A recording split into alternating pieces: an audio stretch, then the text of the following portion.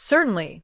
Here's the revised version of your script with adjusted word order while retaining the same tone and style. It was a quiet morning in Rivermont. The sun hung low in the sky, casting a soft golden hue over the streets. Birds chirped in the distance as the neighborhood moved to the rhythm of early risers. Coffee shops brewed their first pots. Joggers paced along the sidewalks, and for a brief moment, the world seemed at peace. But not every morning promises calm. Sometimes, peace is shattered by a storm of injustice. In this neighborhood, a man strolled casually down the street. His attire was simple, a gray t-shirt, blue jeans, and sneakers. He carried no bags, bore no visible signs of wealth or status, just himself. To any passerby, he looked like someone on an errand or heading to meet a friend. However, to Officer Karen Daniels sitting in her patrol car, he didn't belong. Officer Daniels, a seasoned officer with years on the force, had a reputation, not the kind anyone would celebrate. She often boasted about her sharp instincts for spotting suspicious behavior. But many in her precinct whispered about her selective enforcement of the law. That morning, her instincts led her to a troubling conclusion. Pulling her squad car to the curb, she stepped out with brisk authority, her hand resting on her gun's holster. "Excuse me, sir," she called out. The man turned, his expression calm but questioning. "Yes, officer? What are you doing in this neighborhood?" she asked sharply, her tone bordering on accusatory.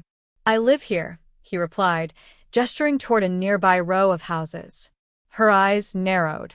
"Can I see some ID?" The man sighed, his voice steady but tinged with irritation. "Why am I being accused of something?" She ignored his question, pressing further. "Show me your ID." The man hesitated, then said firmly, "I'm a police officer.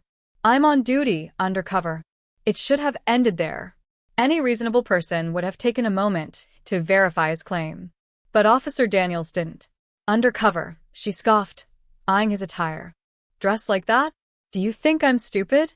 Without waiting for his response, she radioed in a possible suspect connected to an ongoing investigation.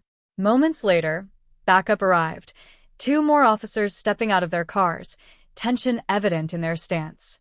The man repeated his statement, now with growing frustration. "I'm a cop. I've told you 3 times. Check my badge number, it's in the system." But his words fell on deaf ears. Daniels ignored him, laser-focused on proving her assumptions.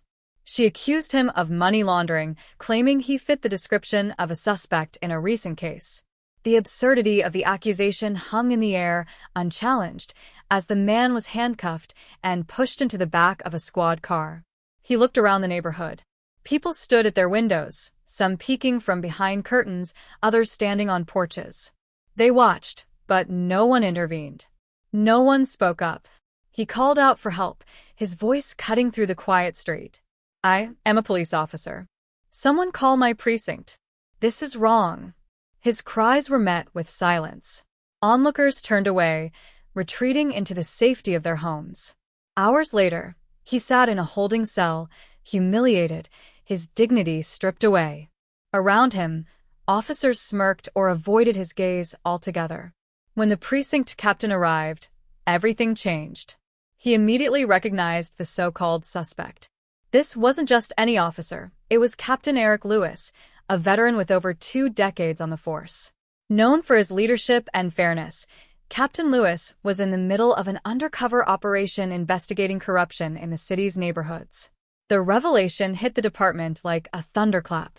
Whispers of disbelief grew into loud conversations.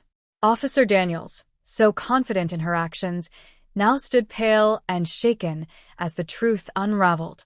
Captain Lewis was released immediately, but the damage was done.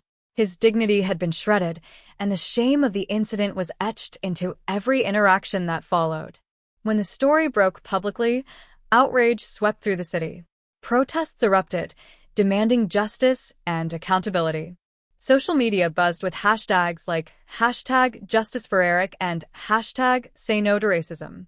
People from all walks of life united to denounce the systemic issues that had allowed this to happen. Officer Daniels faced consequences. She was suspended for 6 months without pay and required to undergo intensive training on racial bias, cultural sensitivity, and the ethics of policing. Some argued the punishment wasn't enough, while others saw it as a step in the right direction. As for Captain Lewis, he returned to his duties with renewed purpose. The ordeal left a mark, but he used it as a platform to advocate for deeper changes in the police force. "This isn't just about me," he said at a press conference. "It's about everyone who's been judged not by their character, but by the color of their skin. We must do better, all of us."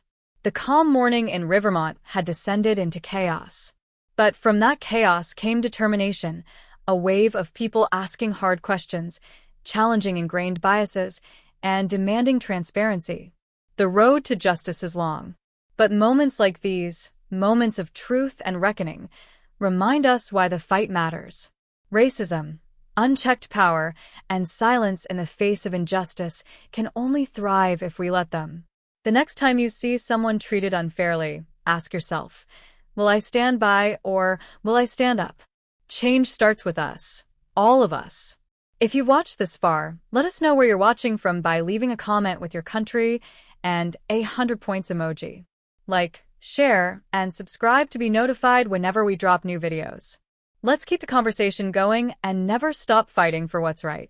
Let me know if there are additional tweaks you'd like.